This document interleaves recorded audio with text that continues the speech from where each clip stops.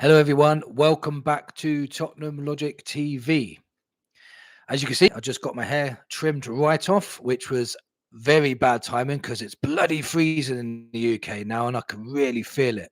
I look like Eric Ten Hag now. So, get to the video. Why are Tottenham so inconsistent, and can it be fixed? Finally, the boring international break is over, and we can now get back to being mentally drained by our beloved Tottenham Hotspur. We have been massively inconsistent this season, which is causing our fan base to debate each other whether they think Ange Postecoglou is the man or not for the job. And when your season's up and down like ours, what better match to have this weekend than Manchester City away at the Etihad? Not great. The only positives I can take from this is they are on worse form than we are. They've had 4 defeats in a row. We went there last season with 2 fullbacks, Ben Davies and Chicken Royale, and we still got a 3-3 draw out of them. Also, with their bogey team.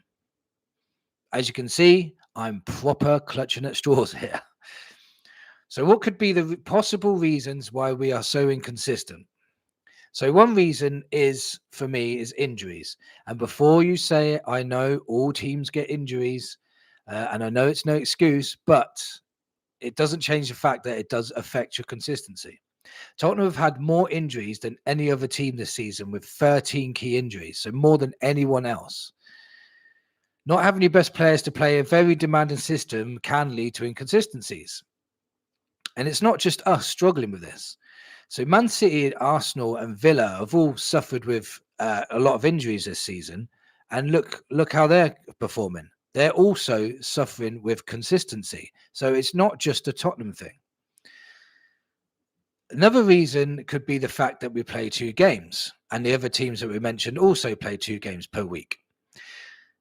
This wouldn't be a problem if we had a full squad. But because of the injury problems at the moment, playing 2 games per week is becoming more and more difficult as the injuries pile up. This leads to players who are normally squad players playing Europa League and now playing Premier League football as well. This is causing them to be overplayed, leading them to tiredness, which leads to more injuries. And when the injured players come back, they're now covering the players that have just got injured now, and they're forced to play 2 games per week, and the circle continues. We're continually having injured players. Another reason for inconsistencies is because of a poor transfer window, in my opinion. As we all know, we bought 4 18-year-olds. One of them hasn't even played yet. Archie Gray, Odegaard and Bergville. And they still need time to get settled into their new environments. I think the thinking behind this was buying young. They haven't got a history of injuries. They can run all day long, so they can play the system better. But I don't think he counted in the point that they didn't have the experience to play for 90 minutes. That was the only issue. Although I think in the future, these guys are going to be fantastic players. I feel they're getting played more than Postecoglou probably thought they would, or more than he was expecting. So if we bought more experienced players first and then thought about the youth after, maybe we would have had more squad depth to cover all these injuries. Another reason could be the taxing tactics that Ange Postecoglou plays. And again, this wouldn't be a problem if we didn't have so many injuries and we had a stronger, more fulfilled squad. The amount of running they need to do in this system is draining, especially if you need to do this twice per week. This can also be mentally draining. Another reason is balance in the team. Now, this is a big one for me. So far, Gray has had to cover injuries because of lack of squad depth by playing left back, right back, and centre back. Jed Spence's only appearances has been at left back, and he's predominantly a right back. Dragushin has been playing left-sided centre-back. He's right-footed. He should be playing right-sided centre-back. This is causing imbalances in the team, which can also cause inconsistencies in your play. And we haven't got a recognised DM either. So we're having people like Bentancur, Basuma, Sarr trying to play the 6 role. They're not, so they're also playing out of position, which also causes imbalances. Like, again, this is because in the summer we didn't address the DM position, we didn't address the left-sided centre-back position, and we didn't address the left-back position. If we addressed them, concentrated on them more, and didn't concentrate on the youth as much, then maybe we would have more of a fulfilled squad. Regarding up front, we've just been very, very unlucky when it comes to players being injured in those positions. Sonny, Odegaard, Richarlison, Solanke, they've all been injured this season. Werner.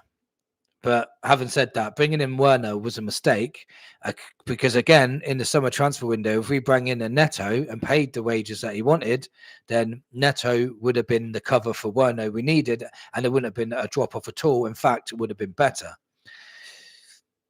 Many of you have also said Ange don't know what he's doing in games, etc. But to give him a bit of a break, his options are very limited at the moment, especially when knowing there's another game to play in a few days' time. So, saying it's all Ange's fault is okay. There's some things he does need to be doing, but it's not all his fault. He's lacking options. He's got so many injuries now. If we could can this all be fixed? That's what my point is. If we could have a lot more luck with injuries, this will give Ange more options, not just to rotate, but to give him more options during a match. On top of that, if we can make signings in January, not just to give us more options, but to give us that more balance, I think that would massively help. Even though we have had poor consistency, we are still in all 3 cup competitions and 3 points from third in the league. So it's not all doom and gloom, even though sometimes I feel like it is. So if Ange can help players become stronger mentally, stop this awful complacency in matches, then there's still plenty to play for this season. If the opposite happens and Ange can't turn this around, then obviously his job is going to be up for debate. There are many factors to cause inconsistencies, as I've just mentioned. So for me, the analysis that Ange just don't know what he's doing is a lazy argument, in my opinion. But on the other hand, he's responsible for better performances, improving their mentality, and in-game management. Also, if I was him, I would be asking my scouts to get me some players to improve the first team. With a very hard run coming up in the next 10 games, Ange has a massive job on his hands to turn this around. If he does, for me, this would be like a minor miracle, to be honest. Thank you for watching, and I will see you on the next one. Come on, you Spurs.